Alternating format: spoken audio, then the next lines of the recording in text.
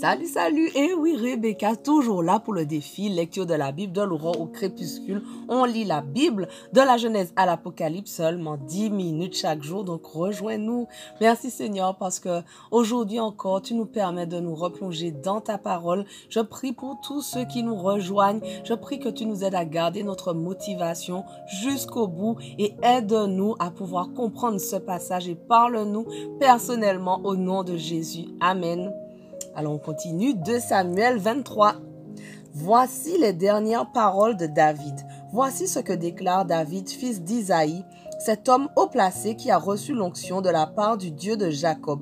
Oui, voici les paroles qu'Israël se plaît à chanter. L'Esprit de l'Éternel s'est exprimé par moi. Ces paroles sont sur ma langue. Le Dieu d'Israël a parlé. Le rocher d'Israël m'a dit, le juste gouverneur des hommes qui gouvernent en révérend Dieu est pareil au soleil qui se lève au matin et répand sa lumière dans un ciel sans nuages. Et la verdure sort de terre par ses rayons et par la pluie. N'en est-il pas ainsi de ma dynastie devant Dieu, puisqu'il a conclu avec moi une alliance éternelle en tout bien établi et qu'il respectera toujours en toutes circonstances? Il œuvre à mon salut, il accomplit tous mes désirs. Mais les vauriens sont tous pareils à des épines que l'on rejette au loin. On ne les saisit pas avec une main nue. Celui qui veut les prendre se munit d'un crochet de fer ou du bois d'une lance et il les jette au feu pour les brûler sur place.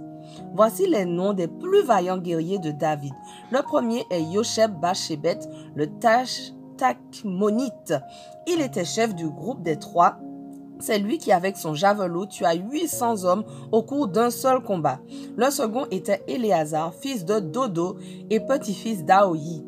Il était l'un des 3 guerriers qui accompagnèrent David lorsqu'il défia les Philistins rassemblés pour la bataille. Déjà, les hommes d'Israël battaient en retraite et gagnaient les hauteurs. Mais lui tint bon et frappa les Philistins jusqu'à ce que sa main fût engourdie et resta crispée sur la poignée de son épée. Ce jour-là, l'Éternel accorda une grande victoire à Israël. Les Israélites n'eurent plus qu'à revenir derrière Éléazar pour s'emparer des dépouilles. Après lui vint Shama, fils d'Agé de Harar. Les Philistins s'étaient rassemblés à Léhi. Il y avait là un camp couvert de lentilles. Les Israélites avaient pris la fuite devant les Philistins, mais Shama prit position au milieu du champ, le libéra et frappa les Philistins. Ainsi, l'Éternel accorda une victoire éclatante. Un jour, au début du temps de la moisson, 3 membres du groupe des 30 vinrent trouver David dans la caverne d'Adoulam, tandis qu'une troupe de Philistins était campée dans la vallée des Réphaïm. David se trouvait alors dans son refuge fortifié et un poste de Philistins occupait Bethléem. David fut soudain pris d'un brûlant désir et s'écria « Qui me fera boire de l'eau du puits qui se trouve à la porte de Bethléem ?» Alors les 3 guerriers pénétrèrent dans le camp des Philistins, puisèrent de l'eau au puits qui est à la porte de Bethléem. Ils la portèrent et la présentèrent à David, mais il ne voulut pas en boire et il la répandit en libation pour l'Éternel. Il s'exclama « Que l'Éternel me garde de faire pareille chose. Cette eau représente le sang de ces hommes qui sont allés là-bas au péril de leur vie. » Il refusa donc de la boire. Tel fut l'exploit de ces 3 guerriers. Abishai, frère de Joab, fils de Tserouia, était le chef de ce groupe de 3. Un jour, il brandit son javelot contre 300 hommes et les tua.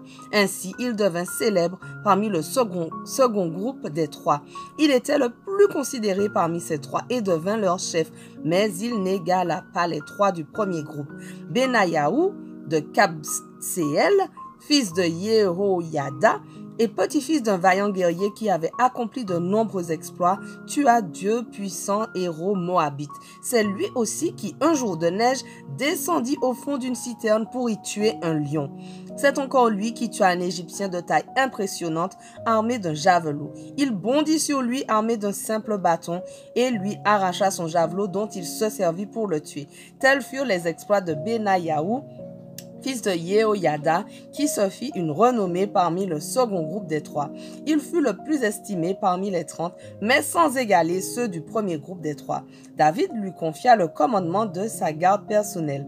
Le groupe des 30 comprenait aussi Azaël, frère de Joab, Elanan, fils de Dodo de Bethléem, Shama et Elika, tous 2 de Harod, Élet de Pélet, Ira, fils d'Ikesh de Tekoa, Abiezer d'Anatot, Mebounaï de Usha, Salmon d'Aoa, Maharaï de Netofa, Eleb, fils de Baana, de Netofa, Itaï, fils de Ribaï, de Gibéa, en Benjamin, Benayahu de Piraton, Idaï de Nahalegash, Abi Albon de la vallée du Jourdain, Azmavet de Baroum, Eliaba de Chalbon, Bene Yachen, Jonathan, Shama de Harar, Ayam, fils de Sharar, d'Arar, Eliphélet, fils de Ashabaï, fils d'un Maacatien, Eliam, fils d'Aïtophel, de Gilon, Etzraï de Carmel, Paraï d'Arab, Yigéal, fils de Nathan, de Tsoba, Bani de Gad, Tselek, l'Ammonite, Naraï de Béroth, qui portait les armes de Joab, fils de Tserouia, Ira et Gareb, tous deux de Yéter, et Uri le Hittite. Au total, ils étaient 37. On continue. 2 Samuel 24. L'Éternel se mit de nouveau en colère contre les Israélites et il incita David à agir contre leurs intérêts en lui suggérant l'idée de faire le recensement d'Israël et de Juda. Alors le roi ordonna à Joab, chef de son armée qui se trouvait près de lui, « Parcours, je te prie, toutes les tribus d'Israël, depuis Dan jusqu'à Beersheba, que l'on recense le peuple pour que je sache quel en est le nombre. » Joab dit au roi, « Que l'Éternel ton Dieu rende le peuple 100 fois plus nombreux et que mon seigneur le roi puisse encore le voir de ses yeux. Mais pourquoi mon seigneur le roi désire-t-il faire pareille chose? » Mais le roi maintint l'ordre donné à Joab et au chef de l'armée. Ils se mirent donc en route pour faire le recensement d'Israël. Ils franchirent d'abord le Jourdain et s'arrêtèrent près de Aroer, au sud de la ville qui se trouve au fond de la vallée de Gad et près de Yaézer. De là, ils passèrent dans le territoire de Galaad et dans la région de Tatim-Otchi. Ils continuèrent jusqu'à Dan-Yahan et aux environs vers Sidon et arrivèrent à la forteresse de Tyr, puis ils allèrent dans toutes les villes des Hittites et des Cananéens. Ils parvinrent enfin au Négev de Juda à Beersheba. Ils parcoururent ainsi tout le pays et au bout de 9 mois et 20 jours, ils regagnèrent Jérusalem. Joab communiqua au roi le résultat du recensement du peuple. Israël comptait 800 000 hommes aptes à porter les armes et Juda 500 000. Soudain, David sentit son cœur battre parce qu'il avait ainsi recensé le peuple et il dit à l'Éternel, « J'ai commis une grave faute en faisant cela. Maintenant, Éternel, daigne pardonner la faute de ton serviteur, car je reconnais que j'ai agi tout à fait comme un insensé. » Quand David se leva le lendemain matin, l'Éternel s'adressa au prophète Gad, attaché à la cour de David en ces termes. « Va dire à David, voici ce que déclare l'Éternel. Je t'impose l'un des 3 châtiments suivants. Choisis l'un d'eux et je te l'infligerai. » Gad se rendit donc chez David et lui communiqua le message. Il lui dit, « Que veux-tu que je fasse venir contre toi? 7 années de famine dans ton pays, 3 mois de déroute devant tes ennemis qui s'acharneront contre toi, ou 3 jours de peste dans ton pays? Réfléchis donc et décide, puis dis-moi ce que je dois répondre à celui qui m'envoie. » David répondit à Gad, « Je suis dans un grand désarroi. Oh, tombons plutôt entre les mains de l'Éternel, car ses compassions sont grandes, mais que je ne tombe pas entre les mains des hommes. » Et l'Éternel fit donc sévir une épidémie de peste en Israël, depuis ce matin-là jusqu'au terme fixé. Elle sévit de Dan à Beersheba et fit périr 70 000 personnes. L'ange allait étendre sa main sur Jérusalem pour la dévaster, mais l'Éternel ne voulut pas ce malheur et y renonça.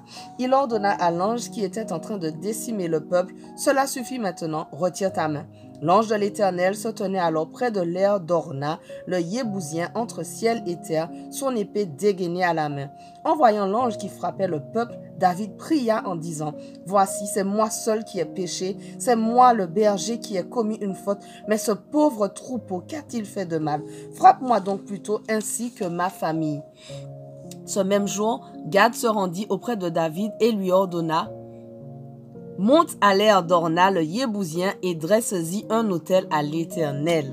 Voilà, on a presque fini 2 Samuel, mais ce sera pour demain parce qu'on continue dès demain. Sois au rendez-vous, on ne lâche rien. Allez, sois béni.